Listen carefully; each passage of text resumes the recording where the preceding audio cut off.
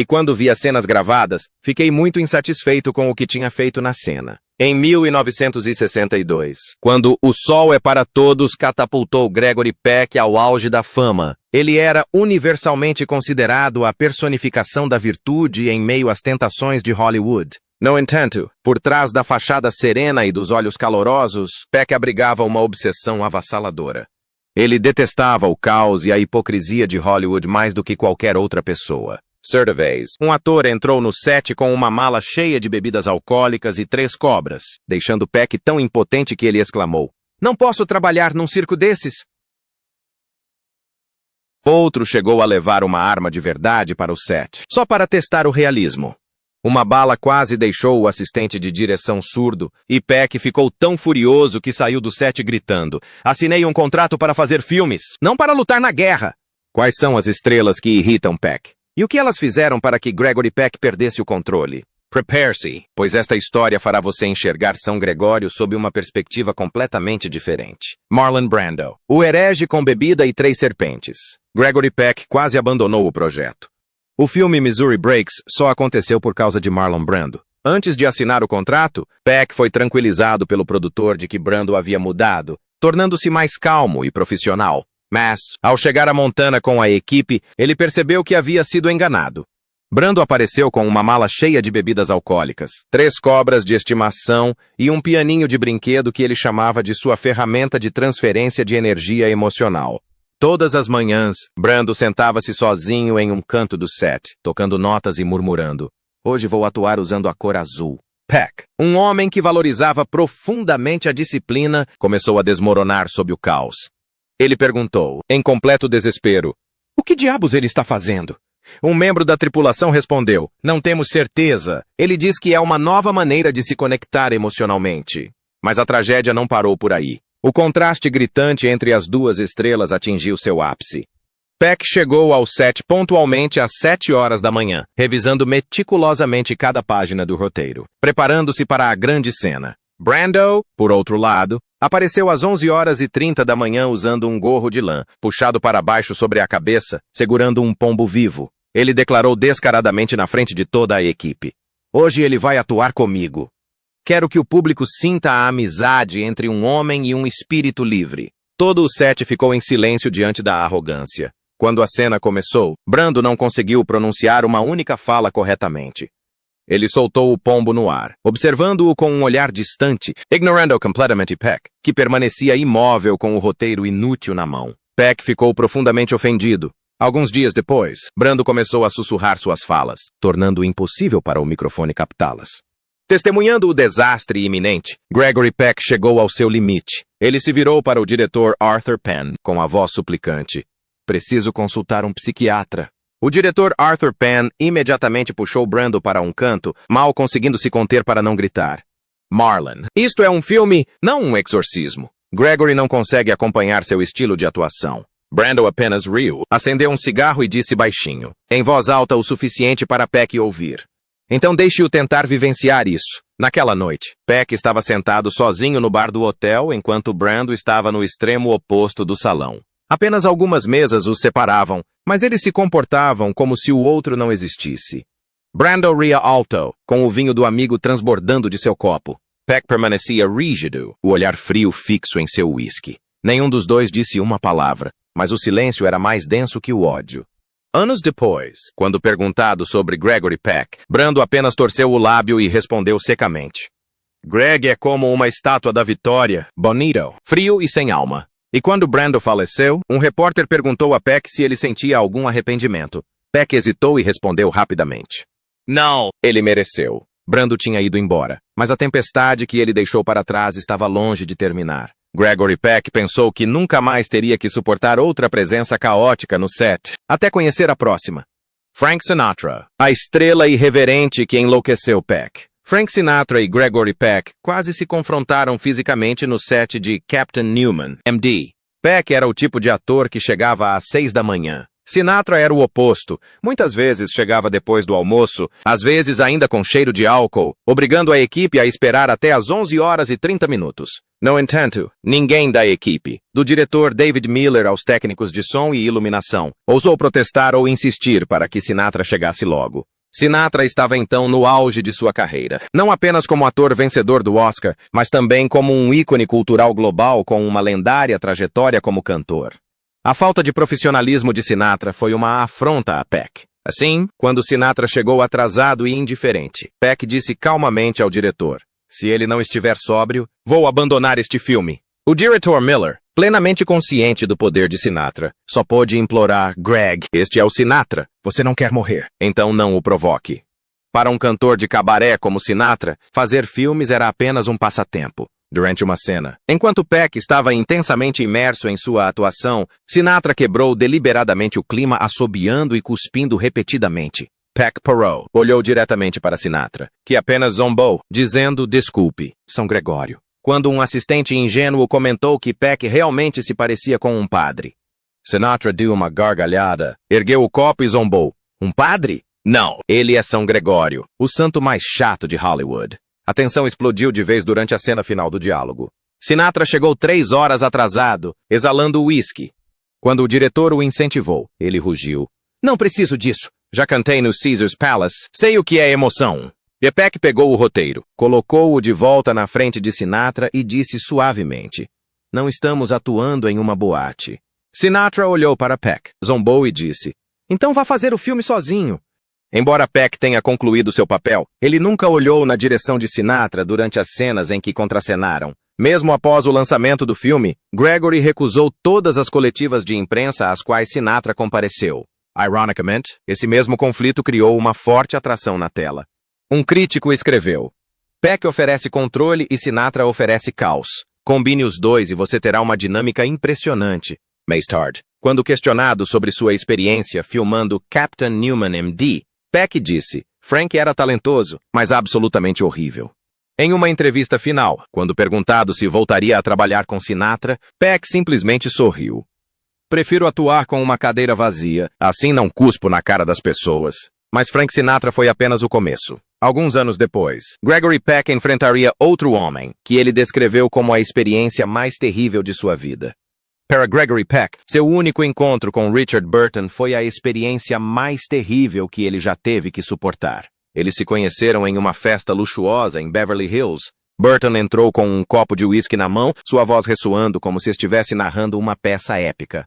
Quando apresentaram Gregory Peck como o homem que deu ao cinema a imagem de Atticus Finch, Burton começou a rir alto, anunciando em seu estado de embriaguez para a plateia: "Gregory Peck não é um ator. Ele é um defensor dos direitos humanos disfarçado de homem de terno caro." A sala inteira caiu na gargalhada com essa demonstração pública de arrogância. Mas não parou por aí.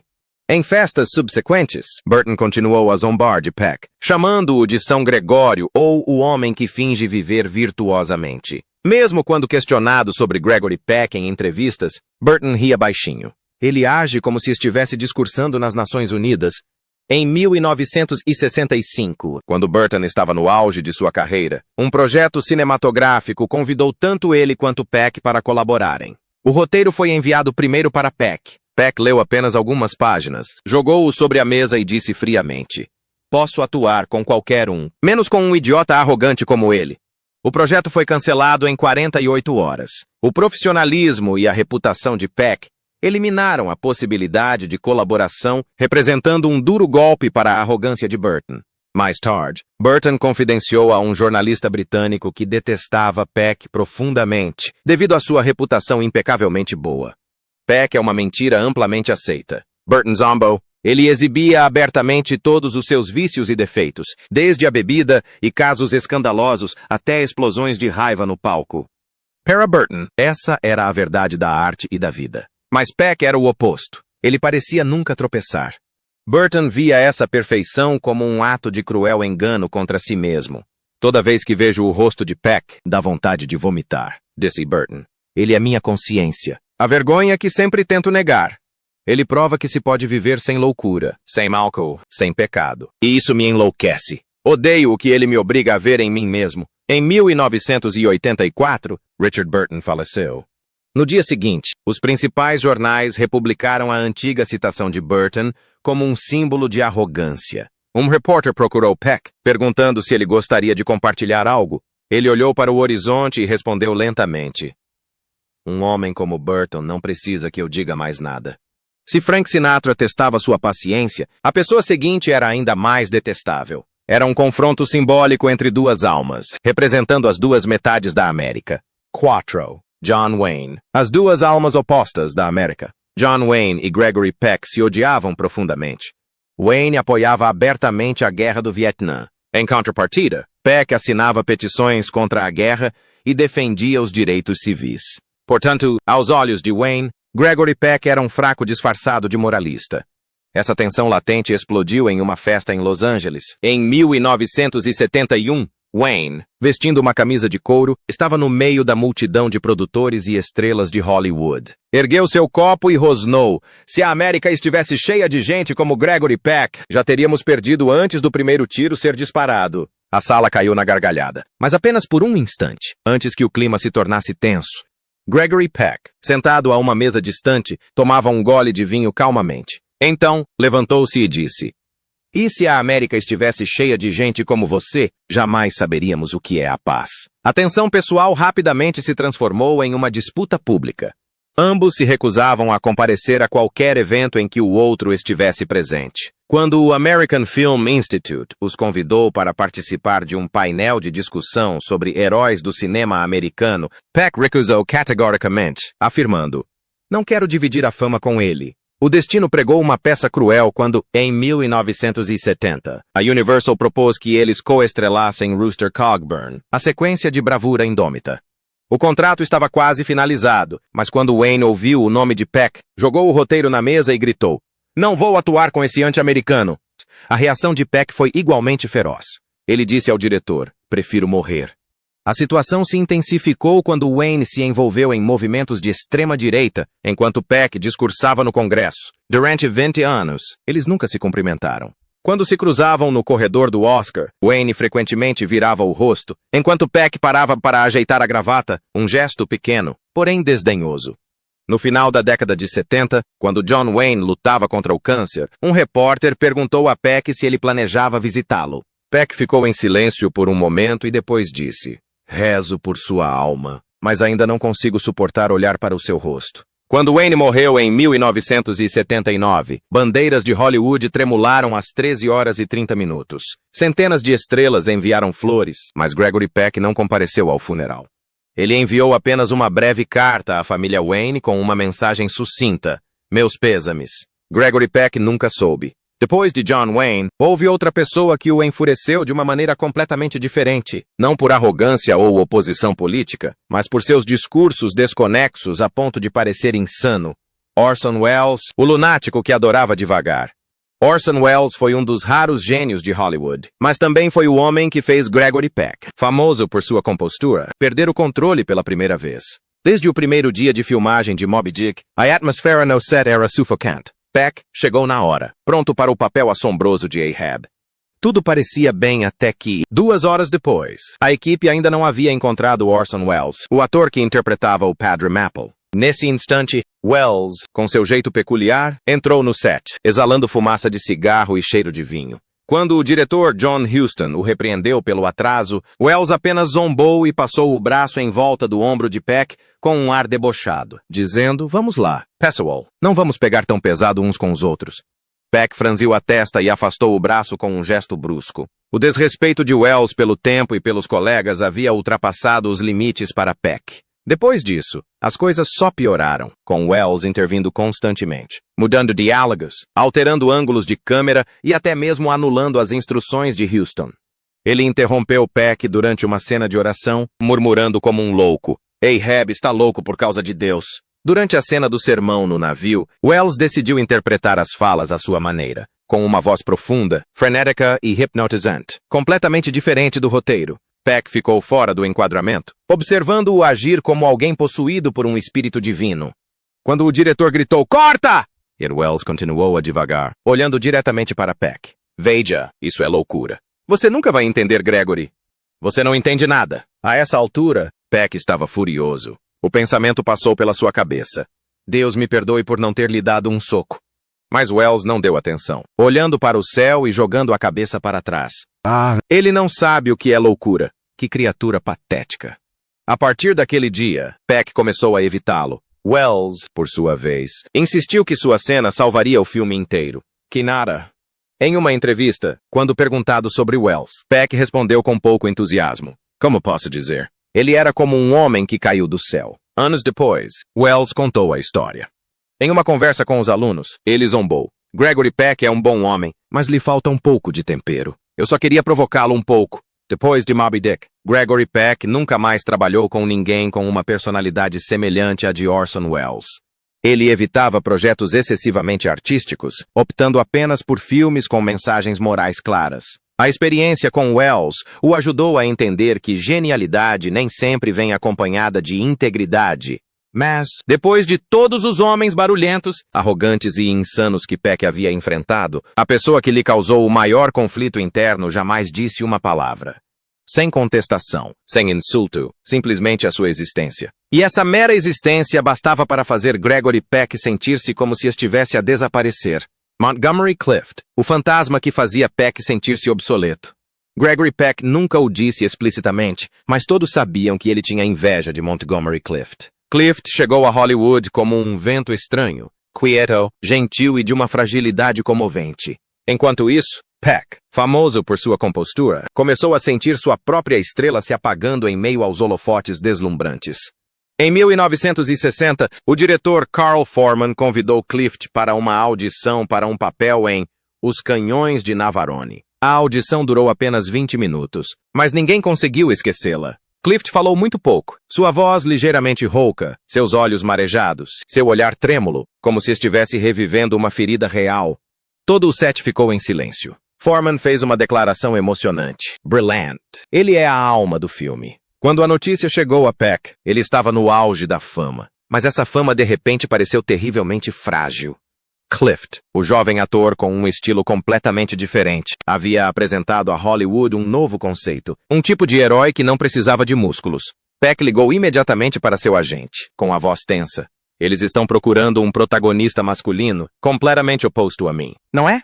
E questionava constantemente, incapaz de esconder o crescente desconforto. Se existisse um ator capaz de tocar as emoções do público sem esforço, sem uma fachada heróica ou grandes diálogos, quanto tempo duraria sua posição como representante da era de ouro de Hollywood antes de ruir? Contudo, em meio ao medo, uma faísca de curiosidade surgiu. Peck se perguntava como ele atuava para deixar todos no set em suspense. E assim, decidiu assistir à exibição Teste de Montgomery Clift. Quando Clift apareceu na tela, Peck ficou estupefato. Ele não estava tentando atuar, simplesmente emanava, com olhos profundos, um rosto frágil e uma poderosa energia melancólica. Cada olhar, cada respiração de Clift continha uma dor sutil que nenhum diálogo poderia expressar. Quando as luzes do teatro se acenderam, Peck permaneceu imóvel. Um colega se virou para ele e perguntou, "O que você acha?" Ele respondeu baixinho, quase em confissão. Ele atua com coisas que não podem ser ditas. Naquela noite, Peck levou o rolo de filme para casa e o assistiu sozinho em sua pequena sala de projeção. A luz prateada refletia em seu rosto, iluminando um silêncio pesado e sem precedentes. Quando a tela se apagou, a governanta entrou e o encontrou ainda sentado ali. Então Peck falou baixinho, quase num sussurro. "Acabei de ver o futuro de Hollywood e estou prestes a me tornar obsoleto." Naquele momento, Gregory Peck entendeu que Hollywood havia mudado. Sua geração, os heróis de aço, estava dando lugar àqueles que traziam emoção verdadeira. Mas Hollywood não deixaria Gregory Peck lamentar por muito tempo. Assim que ele começou a lidar com a sensação de ser substituído por Montgomery Clift, veio outro golpe. Desta vez não da nova geração, mas de um contemporâneo, alguém aclamado como herdeiro de seu próprio trono, Charlton Heston, o ladrão da alma de Ben-Hur. Aos olhos do público de Hollywood na década de 1950, Charlton Heston era o arquétipo masculino perfeito. Forte, íntegro, bonito e confiante a ponto de beirar a arrogância. Mas, aos olhos de Gregory Peck, ele era apenas um homem que usava a fé para buscar a fama. Em 1957, o diretor William Wyler convidou Peck para o papel principal em Ben-Hur, um filme considerado a maior jornada espiritual de Hollywood. Peck leu o roteiro. Parou por um longo tempo na cena da corrida de bigas, que se estendia por dezenas de páginas. Depois, gentilmente colocou o roteiro de lado e recusou, afirmando: "Não quero transformar a fé em uma ferramenta para ganhar dinheiro." 3 meses depois, o papel foi para Charlton Heston, que a MGM orgulhosamente apresentou como o homem que pode fazer o público acreditar que Deus existe. Ao ouvir a notícia, Peck apenas zombou, dizendo que Hollywood havia escolhido a pessoa errada. As coisas teriam terminado ali se não fosse pela coletiva de imprensa do filme, quando um repórter perguntou a Heston como ele se sentia em relação à substituição de Gregory Peck. Ele começou a falar com arrogância. "A fé não precisa de um cara tão bonito." A declaração se espalhou por Hollywood como uma explosão. Nos círculos cinematográficos, Heston havia tocado no ponto mais sagrado da fé pessoal de Peck. Furioso, Peck jogou o jornal no chão e declarou categoricamente: "Ele está brincando de Deus sem acreditar nele." Peck se referia a Heston com desdém, chamando-o de uma máquina musculosa que sabe ler falas. Heston, por sua vez, via Peck como o autoproclamado papa da moralidade. Tragicamente, porém, quando Ben-Hur estreou em 1959, foi um enorme sucesso, arrecadando centenas de milhões de dólares e ganhando 11 prêmios da Academia, incluindo o de melhor ator para Charlton Heston. Na noite da premiação, Peck estava sentado na terceira fila. Quando Heston subiu ao palco, a sala inteira irrompeu em aplausos, mas Peck assistiu em silêncio. Ele não sorriu, e sua mão apertava a taça de vinho com tanta força que o vidro rachou. Depois, Peck visitou o set de Ben-Hur, tendo assistido à lendária corrida de bigas da lateral da pista. Ele não cumprimentou ninguém, apenas observou Heston na biga e depois saiu discretamente. Um assistente de direção lembrou que ele saiu antes mesmo da cena terminar. Não sei se foi ciúme ou tristeza. Anos depois, quando Ben-Hur ganhou seus 11 Oscars, Heston enviou a Peck um convite para a festa de comemoração. Peck não compareceu, mas respondeu com um pequeno envelope.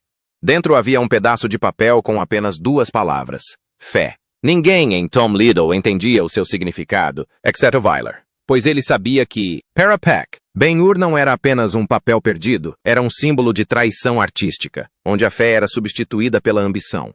Mas Hollywood nunca deixa uma rivalidade terminar facilmente. Assim que o incidente de Ben-Hur se acalmou, Gregory Peck teve que encarar outra pessoa, não embriagada como antes, que queria superá-lo em tudo. Kirk Douglas, o homem obcecado em ser melhor que Peck. Por quase 2 décadas, existiu uma guerra entre Kirk Douglas e Gregory Peck, envolta em uma aparência de cortesia, mas que por dentro fervilhava de ciúme feroz. No final da década de 1940, Gregory Peck era uma estrela de primeira grandeza. Kirk Douglas, por sua vez, ascendia rapidamente após o sucesso de Champion. Aos olhos de Douglas, Peck personificava a própria hipocrisia que Hollywood reverenciava. Douglas costumava debochar. Gregory fica parado e deixa a moralidade fazer o trabalho por ele. E não parava por aí. Douglas constantemente mencionava o nome de Peck em entrevistas. Quando questionado sobre a diferença entre os dois, ele respondeu com ar de superioridade: "Gregory é rígido como uma tábua, e é por isso que sempre me considero superior a ele."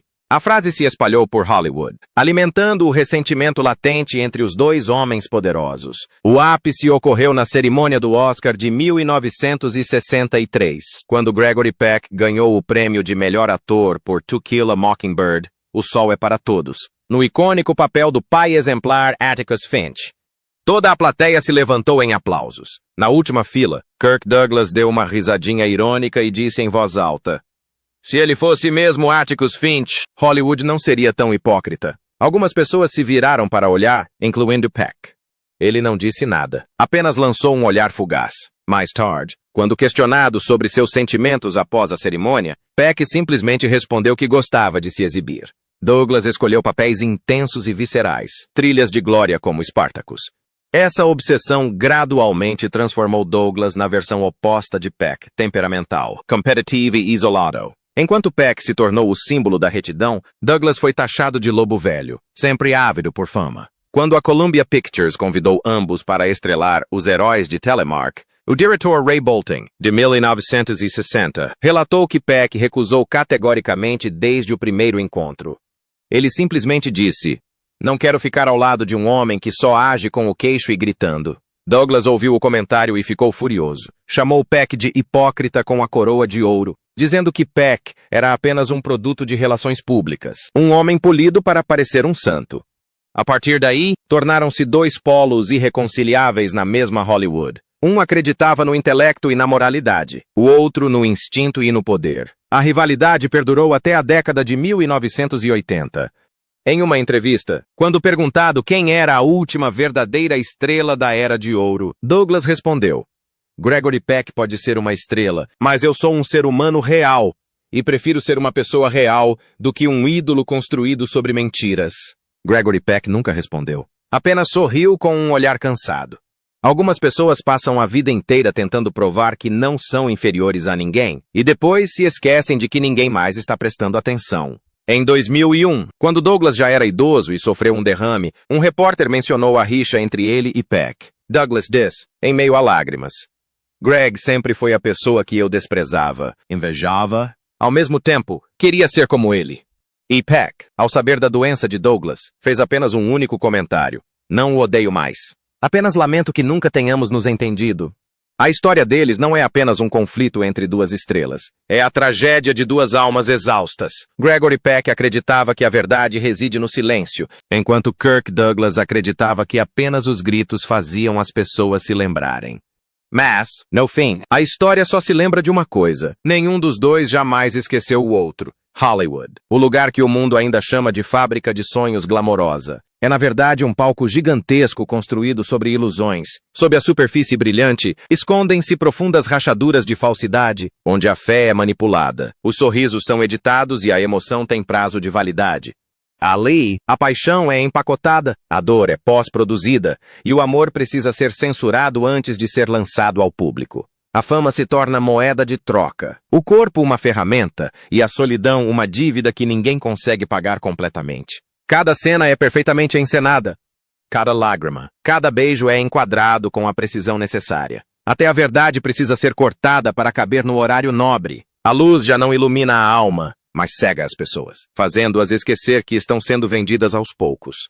Por trás da cortina de veludo, jaz um cemitério de almas que um dia acreditaram que os holofotes as salvariam. Mas os holofotes nunca foram a salvação, e sim o fogo consumidor. Os fracos caem em silêncio. Os fortes aprendem a sorrir em meio às cinzas.